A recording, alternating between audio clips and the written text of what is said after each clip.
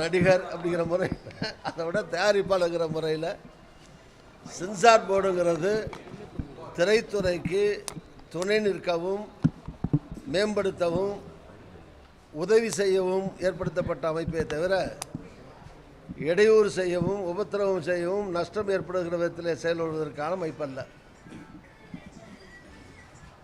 நீதிமன்றம் சர்டிஃபிகேட் கொடுத்த பிறகும் கூட அதில் சென்சார் போர்டு மேல்முறையீடு போகிறதுங்கிறது,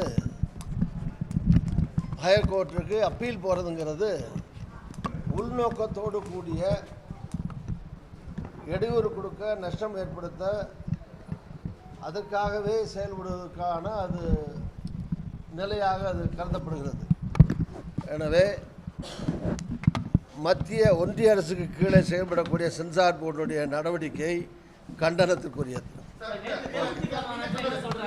இல்லை இல்லை அவ்வளோதான்.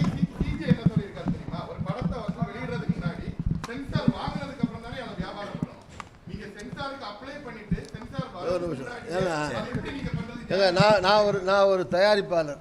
நான் சொல்கிறேன், யார் சொன்னால் உங்களுக்கு சென்சார் போர்டு வந்தவொடனே வியாபாரம் பண்ணணும்? பூஜை போடுற அன்றைக்கே வியாபாரம் பண்ணலாம். என் படம் நான் பூஜை போடுற அன்றைக்கே விற்றுட்டேன் தமிழ்நாடு முழுதும். அதாங்க விற்கலாங்க. அதான் சென்சார் வந்த பிறகு தான் படம் ரிலீஸ் பண்ண முடியும். படம் வியாபாரம் பண்ணுறது பூஜை போடுற அன்றைக்கே வியாபாரம் பண்ணலாம். யார் பண்ணக்கூடாதுன்னு சொல்லுது? அப்படி இல்லைங்க, சினிமா பழக்கமே அதாங்க. அட்வான்ஸ் அப்புறம் டிஸ்ட்ரிபியூட்டர்ஸில் அட்வான்ஸ் கொடுப்பாங்க. வியாபாரம் இல்லைங்க. சரி, நீங்கள் தயாரிப்பாளரா? நீ படம் தயாரிப்பாளரா? ஏங்க நீதிபதி அது சரி,